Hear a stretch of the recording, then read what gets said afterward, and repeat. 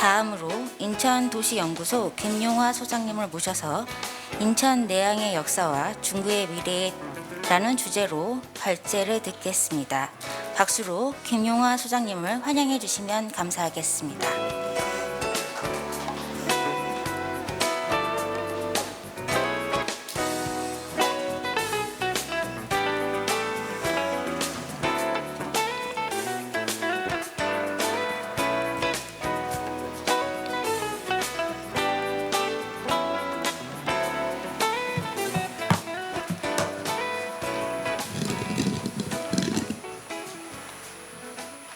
안녕하십니까, 김용하입니다.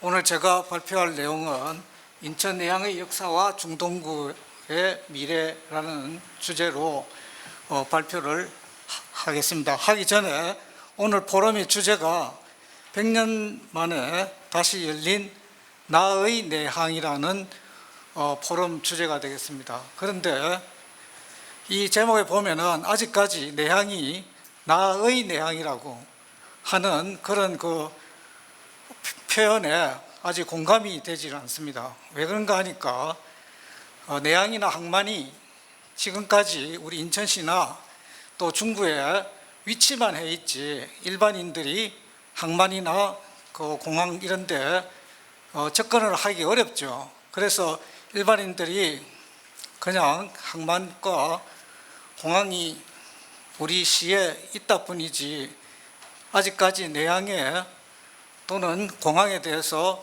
자세하게 잘 모릅니다. 그래서 100년 만에 다시 내양이 재개발이 된다고 하는데 우리가 흔히 지금 재개발이라고 하면은 아다시피 기존에 있는 노주택을 다 싹 밀어버리고 새로 아파트를 올려서 그전에 할머니나 할아버지나 동네 친구들이 다 어디로 뿔뿔이 흩어져 버리지 않습니까? 그런 것처럼 이 항만 재개발도 그냥 우리가 흔히 알고 있는 새로운 모습 다 때려 부수고 새로운 항만을 갖다가 만들자는 그런 뜻이 아닙니다. 그래서 항만 재개발을 앞두고 우리가 내항에 대한 항만에 대한 지금까지 성장해온 과정 역사가 내항 재개발을 통해서도 면면이 이어져서 계속 우리 인천시의 하나의 역사의 한 장이 되기를 바라는 그런 마음에서 우선 우리 시민이 인천 내양이 뭔가, 인천이 어떻게 내양이 형성됐는가 하는 것에 대해서 설명을 드리고자 합니다. 지금 보시면은 현재 보시는 인천 내양의 모습입니다. 그냥 월미도에서 봤을 때 굉장히 단아하고 다정하고 정감 있는 부산항처럼 아주 어마어마한 큰 규모의 항이 아니지만 우리 인천항은 이렇게 정돈된 그런 항구의 시설로서 상당히 그게 정연하게 잘 정비가 되어 있는 항구라고 생각이 듭니다. 그 중심에 보시면은 자유공원이 약 20층 높이의 자유공원을 중심으로 두고 8부도 1부도 사이에 나지막한 집들이 다 이렇게 쭉 나열되어 있어서 항만과 그 배후의 시가지가 잘 아름답게 조성되어 있는 것을 볼 수가 있습니다.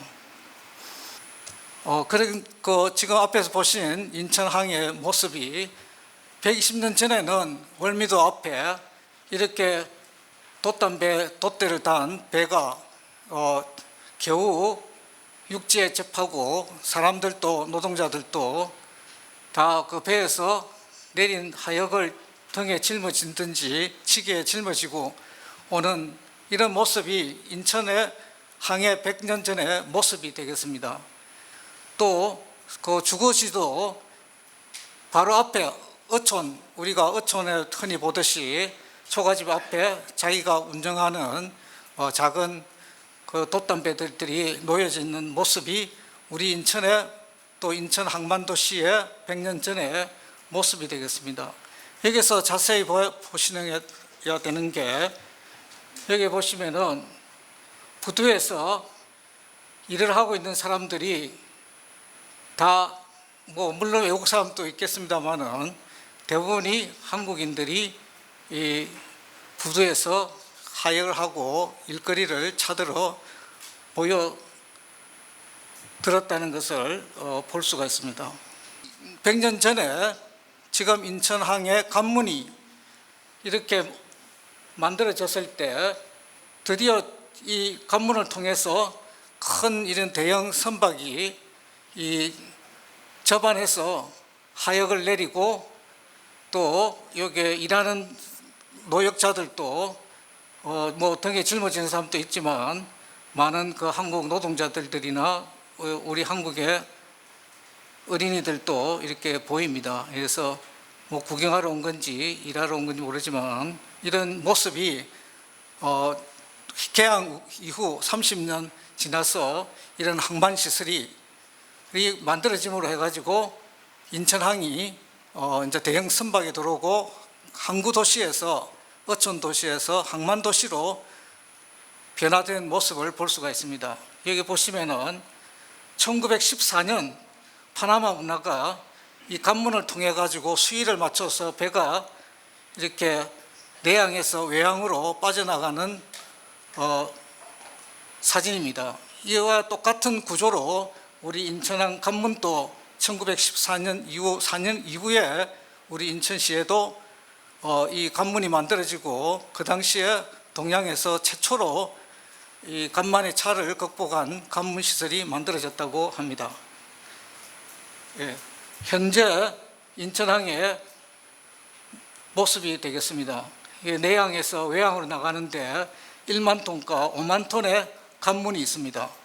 여기 5만 톤의 관문에 이 관문 길이가 폭이 36m, 요 길이가 어마어마하게 500m 가까이 돼요. 우리가 항만을 아까 그림에서 조그만 화면에서 18부도를 보고 여기가 공공복합용진이 이렇게 용도를 보셨겠지만 사실 일반인이 생각하는 그 면적의 이상의 공간입니다. 커서. 그래서 금방 이게 이해가 되지 않습니다. 이 길이가 500m라면은 100m 달리기 5배죠. 어마어마하게 큰 시설입니다. 1만 톤과 5만 톤이 1918년 100년 전에는 4천 톤이 통행하는 관문이었습니다. 이 관문의 폭이 18m, 요 길이가 165m에 불과했지만 100년이 지난 이후에 이렇게 큰 현대식 항만이 만들어지고 관문도 여기 보면 스윙식인데 이게 롤링식으로 옆으로 이렇게 슬라이드로 이렇게 열리고 있는 관문이죠. 보면요. 이런 그 바다에 전기로 문을 만들어서 연다는 것을 생각만 해도 어마어마한 시설이 되겠습니다. 이런 시설에 대해서 우리 인천에 있는 시민이나 일반인들은 모르는 분들도 굉장히 많이 있습니다. 지금 별표가 중구청을 표시하는데요. 그러니까 130년 전에 인천이 개항이 됐을 때 여기 응봉산 자유공원을 배후로 해서 바다를 내려다보고 시가지가 형성을 하게 됩니다. 이게 130년 전에 이 위치가 현재 올림퍼스 호텔 위치가 되겠습니다.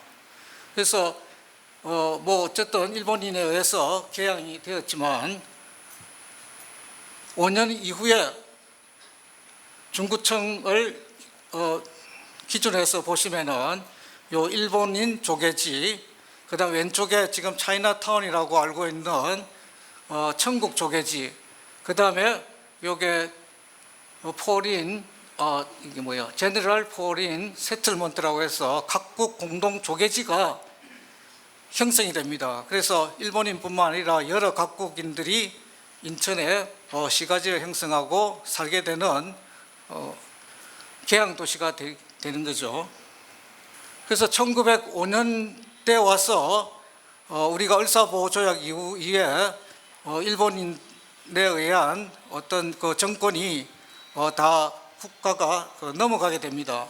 그래서 일본인이 이런 그 항만시설에서는 무역이나 큰 배가 올 수 없기 때문에 올림푸스 호텔 바로 밑에 약 18,000평을 매립을 일제 합병되기 전까지 한 6년에 걸쳐서 사업을 했습니다.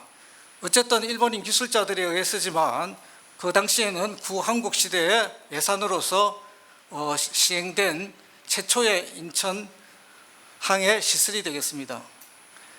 그리고 여기에 월미도와 월미도와 인천교를 연결하는 요 선이 하나 있죠. 이 선은 1904년 러일 전쟁 때 일본인이 임시 군용 철도로 목교를 설치한 위치가 되겠습니다. 지금 이 위치가 현재 인천역에서 월미도 가는 단 하나밖에 있는 도로죠. 하나밖에 없는 도로입니다. 도로의 선형이 되겠습니다. 1911년부터 18년까지 일제시대 때 들어와서 그 전에 설치한 이 시설만 가지고도 여기 장교들이 있죠. 작은 부두에서 큰 배들이 못 접근할 수가 없으니까 이런 인공 관문을 갖다가 만들게 됩니다. 이게 1911년부터 18년 1차, 24년 최종 준공까지 약 10년 이상에 걸쳐 가지고 이런 관문형 시설을 만들게 되고, 이 당시에 목교를 철거하고 콘크리트 제방을 1923년도에 설치하게 되면서 월미도 유원지가 개장이 됩니다. 그래서 이 길도 아까 이 목교의 그 선형하고 똑같이 현재 월미도에 접근하는 유일한 그 도로죠. 그래서 인천이 1924년 이후에 지금 이 내양이 전체 도커가 되는 최초의 시설이 되겠습니다. 제1도크, 지금의 제1부두에 해당이 됩니다. 예, 현재 지적도와 이 제1도크를 표시해 보면은 올림푸스 호텔 밑에 1906년부터 11년까지 매립한 곳과 관문을 설치한 요 형태가 지금 현재 중구청 앞에 요 빨간색으로 칠해놓은 현재 1부두에 해당이 되겠습니다. 그러다가 1923년도에 항만에서 다시 중일전쟁과 만주사변에 의해서 항만이 더 크게 확장이 됩니다. 이 확장이 1935년에 착공해서 37년도에 공사를 하다가 2차 세계전쟁에 의해서 공사가 중지가 됩니다. 이 상태가 1950년 월미도에서 인천 상륙작전을 할 때, 유엔군이 상륙할 때 찍은 사진의 모습이 현재 그대로 남아있죠, 보면요. 그러니까 일제시대 35년도에 45년 전에 항만공사 하던 그 항이 지금 일부도 지금 이 도크가 공사 중에 있었던 것을 알 수가 있습니다. 1945년 해방 이후에 일본인들이 공사하다가 중지했던 제2도크가 군사정권에 의해서 제1차 경제개발 5개년 계획에서 경인 특정 지역으로 지정이 됩니다. 그래서 경인공업지역의 물동량을 확보하기 위해서 군사정권이 제1부두, 제1축항을 확장을 하는 계획이 되겠습니다. 그래서 1963년도에 지금 1도크죠. 좀 이 아까 공사하던 중에 중지된 시설이 요 하부가 되겠습니다. 그 1969년도에 제1차 경제개발 5개년 계획이 성공적으로 끝나고 공업화 정책에 의해서 인천항이 아까처럼 그래가지고는 너무 확장성이 없다 해서 1969년도에 지금의 전면 도커화로 확장이 됩니다. 지금 현재 모습입니다. 그래서 동양 최대의 도커가 프랑스의 소그레아라고 하는 큰 항만 설계사의 설계에 의해서 수심 10m에 지금 50만 평의 수면적을 가진 내양을 69년도에 변경해서 1974년도에 완성하게 되는 모습입니다. 현재 월미도 요 내양인데요. 1974년도에 이 내양의 위치고, 이 내양을 만들면서 나온 갯벌이나 모래가 남한과 요 북한, 그다음 월미도 이 주변이 다 매립이 돼서 새로운 주변의 땅이 만들어졌습니다. 자, 현재 인천항의 관문 모습과 1974년, 지금부터 약 한 50년 전에 완공됐을 때 인천항의 모습인데, 아직까지 1도크가 보면은 요 다니던 관문에 요 날개가 붙어 있죠. 지금은 없어졌습니다. 철거해서 확정이 됐는데, 요 지금 1부도하고 요쪽 편이 내양 18부도의 대상지가 되겠습니다. 그래서 인천 내양의 개발을 한 표로 정리를 해보면은 제1도크, 제2도크, 내양 전면 도크화가 이렇게 세 번에 걸쳐 가지고 지금의 항만이 시설이 이루어졌는데요. 지금은 50만 평에 투입 인원만 해도 356만 명이 투입이 돼서 항만을 만들었다고 합니다. 그래서 우리가 제가 서두에서 이야기한 것처럼 내양 재개발을 통해 가지고 100년의 인천의 내양의 역사가 이어지기를 그런 바람에서 먼저 우리가 내양에 대한 역사 문화적 가치를 한번 정리를 해봤습니다. 그래서 1935년도에 요 경인철도선을 중심으로 해서 보면은 이 경인철도는 1899년에 경인철도가 처음 우리나라에서 만들어집니다. 이 철도가 없을 때는 중구와 동구는 하나의 동네였습니다.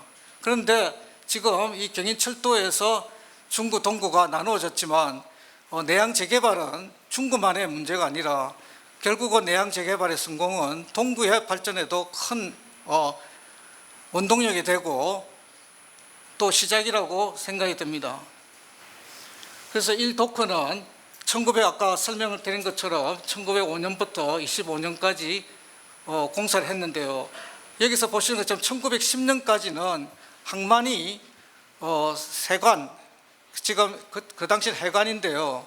세관의 시설로서 항만을 공사를 했습니다. 지금은 해양수산부가 하듯이 지금 관세청이 하지 않죠. 해양수산부가 대부분이 항만 시설을 갖다가 건설을 하게 됩니다. 그런데 1910년까지는 인천 세관의 부속 시설로서 해관이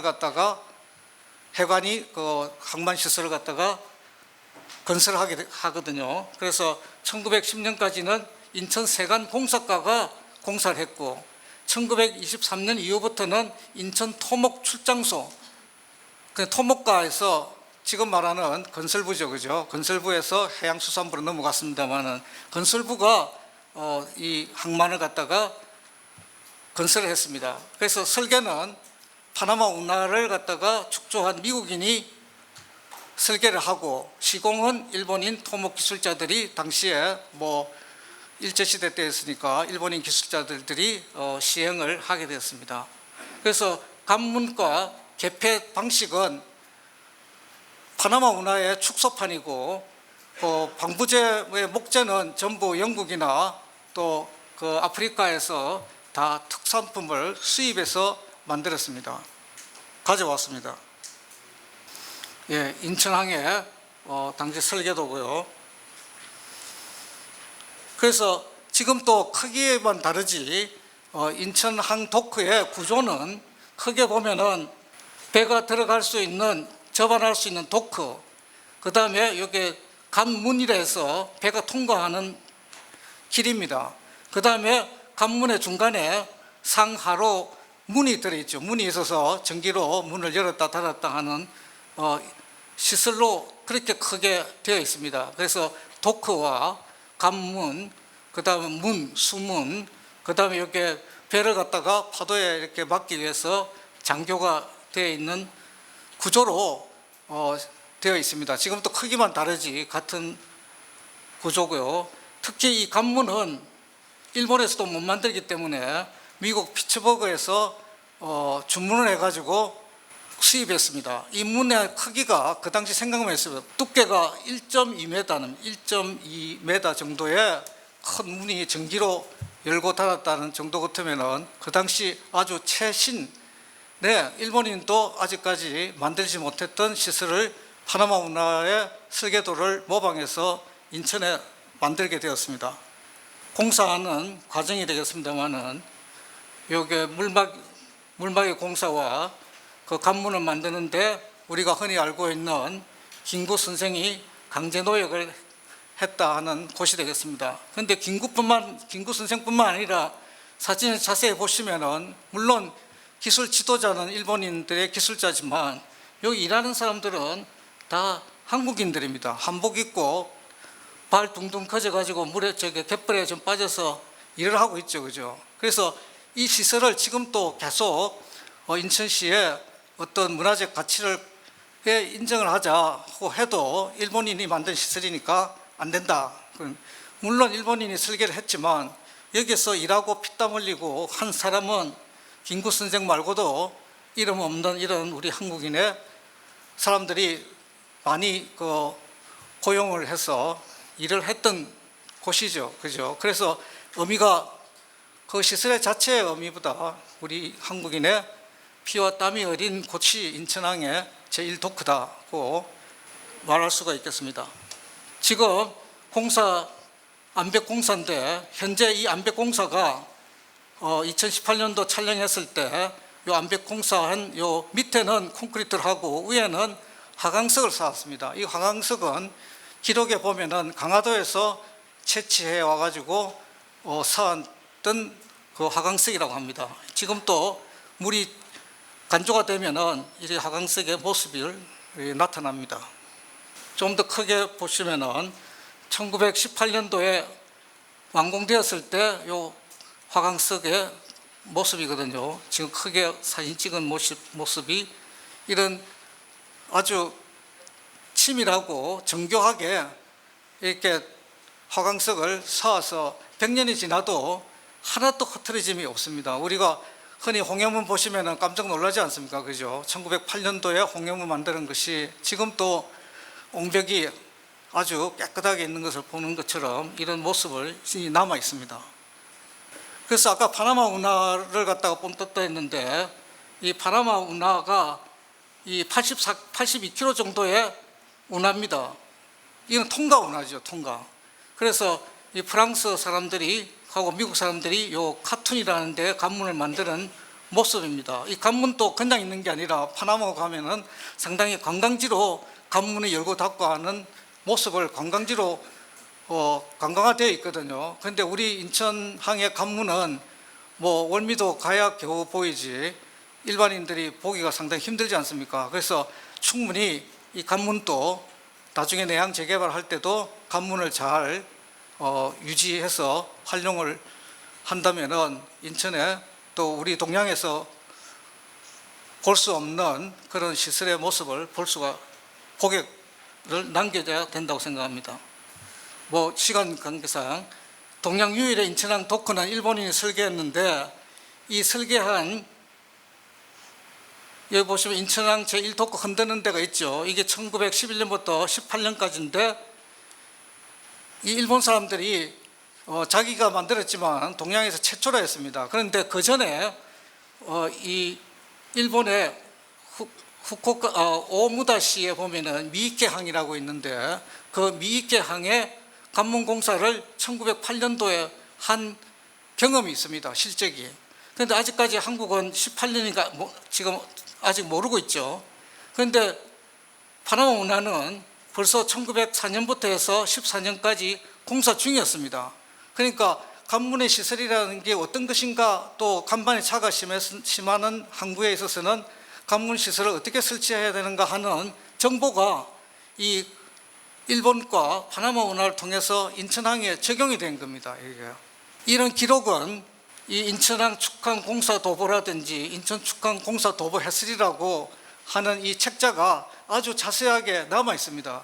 이런 우리가 시설을 해도 누가 했는지 어떻게 했는지 언제부터 어떤 돈이 들어갔는지 어디서 재료를 가져왔는지 이런 재료들이 한국에는 거의 찾기가 힘든데 이 내항의 제1도크 현재 제1부도는 이런 사진첩과 그 해설집이 아주 자세하게 남아 있습니다. 그래서 일본에서도 상당히 중요하게 여겼지만 우리가 지금 입장에서 보더라도 이런 기록에 의해서 인천항 1도크의 1부도의 역사적인 가치를 갖다가 충분히 인정하고도 남음이 있다고 생각이 듭니다.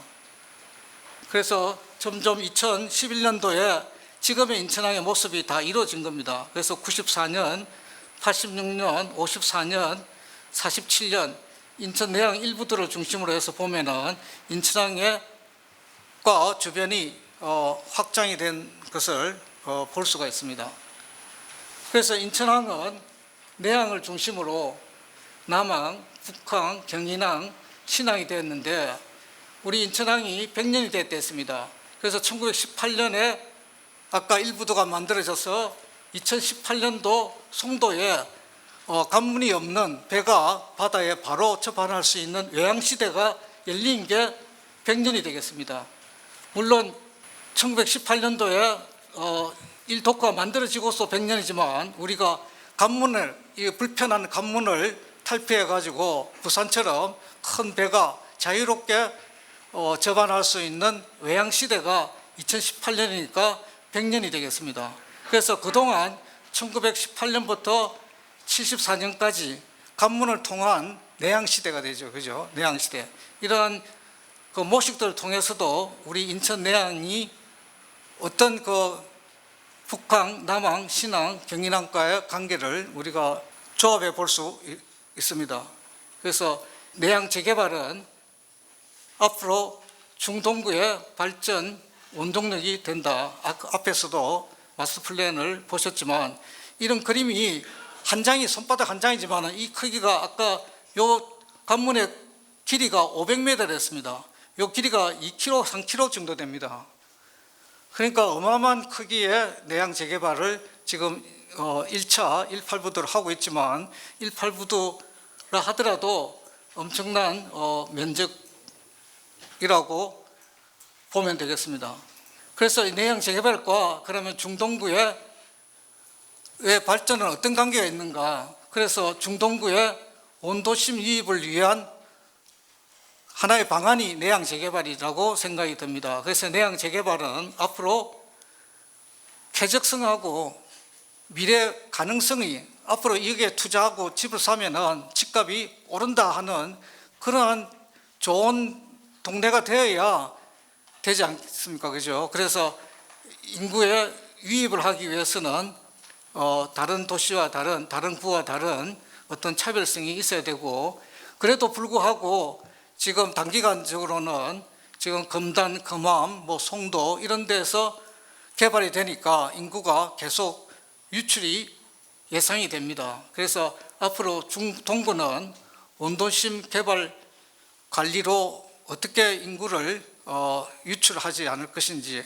들어오는 것도 잘 해야지만 유입하는 것도 하지만 기존에 있던 분들이 나가지 않도록 하는 그런 방지 대책을 수립할 필요가 있겠습니다. 그래서 여기 보시면은 재개발해서 이런 큰 50몇 층짜리 아파트가 좋은 건지 이렇게 자유공원 밑에 수봉산 밑에 이런 주택이 좋은 것인지 앞으로 또 이 중간에 어떤 중간에 우리가 생각해야 될 또 단계를 우리 중동부는 생각을 할 필요가 있습니다. 그래서 현재 중구에는 여러 가지 중구가 너무 중요하기 때문에 여러 가지 규제라 그럴까요? 관리 정책이 중구 한 곳에만 이렇게 많이 있습니다. 2030 도시기본계획, 2020 도시재생전략, 차이나타운 지역 특화 발전 계획, 월미관광 특구, 인천 계양장 문화지구 관리계획 이런 계획들이 전부 하나하나씩 다 적용이 되고 하나하나씩 다 되기 때문에 거기에 해당되는 이해 당사자들은 이게 규제다. 이거 다른 데는 다 개발하는데 왜 못하게 하느냐 이렇게 생각을 하고 있습니다. 그래서 중국에서는 이런 계획을 하나에 다 통합하는 그런 어떤 조직이든지 통합하는 관리 체계가 필요하다고 보여지고요. 또 최근에 인천계양 창조도시 도시재생 활성화 계획과 아울러서 내양 재개발 마스터 플랜이 이루어지면 좋겠습니다. 한 예로 들면은 중구청 옆에는 대부분이 아까 앞에서 봤지만 조개지로서 일제시대 때 근대 건축물들이 많이 밀집되어 있습니다. 이것을 보존해야 되는 건지 또 일부에서는 폐지해서 규제를 폐지해서 자유롭게 송도처럼 높게 지어달라 하는 것이 좋은 건지, 또 어떤 면에서는 이 근대 건축물을 보존해 가지고 역사문화 관광자원으로 해야 된다 하는 그런 분들도 있습니다. 그래서 우리가 이 앞에 내양 재개발의 18부두의 바로 배후 지역인 자유공원 밑에 이 중간 부분을 어떻게 우리가 관리를 잘 할 건가에 따라서 이 내양 18부두의 개발과 이 배후가 잘 같이 발전하고 변화할 수 있는 계기를 만들어야 될 것으로 봅니다. 예, 그래서 중구는 공공시설이 자꾸 노후화되어 가지고 이전하는 데 반해서 이 동구 같은 데는 대부분이 대형 중공업 시설이 있어서 이 노후화돼서 이전하고 있습니다. 최근에 동일방직이라든지 또는 일진전기 이런 큰 공장들이 나감으로 해서 일자리도 없어지지만 지금 공장이 어떤 대체 시설로 기능으로 바꾸어서 써야 되는지 이런 것도 중동구가 고민해야 될 현안 문제라고 생각이 듭니다. 예, 한 사례로서 지금 인천 우체국이 우리나라에 처음 만들어진 우체국의 역사를 가지고 있는 인천 우체국이 지금 공가로 놀고 있습니다. 이게 자꾸 사람이 안 쓰니까 자꾸 더 이렇게 노화되어 가고 있고요. 또 국제여행 터미널도 저 송도로 가고 나니까 이 시설도 앞으로 어떻게 써야 되는가, 이 관리처수도 문제고 우리 인천 시민의 또 이 인근의 주민들의 문제도 이 시설을 어떻게 활용해야 되는 계획이 아직까지 없습니다. 또 우리가 여러 번 우리 인천에서 관광 호텔로서 송도의 라마다 호텔, 옛날 송도 비치 호텔하고 구도심에 올림퍼스 호텔이 있었는데 이 올림퍼스 호텔을 여러 번 사업이 안 돼서 문을 닫은 것을 중구청에 민원을 열어서 닫았다 열었다 한 적이 있습니다. 그런데 결국은 지금 이 시설이 지금 뭐 표로 되어 있죠, 그죠? 그런데 최근에는 또 뜨거운 이슈입니다만은 또 인천의 명문의 학교가 또 다른 데로 이전하겠다 해서 중구의 주민들의 그 내양 재개발과 아울러서 절망감을 주고 있습니다. 그런데 최근에 이렇게 내양 재개발을 한다고 하니까 역시 부동산 투기하는 그 사업자 입장에서는 뭐 우선 내양 재개발이 되는지 안 되는지는 뭐 자기한테 관심이 없고 그 내양 재개발을 빌미로 해서 주변을 개발해서 사업에 이익을 얻고자 하는 계획들이 우리 내양 재개발 주변에 일어나고 있습니다.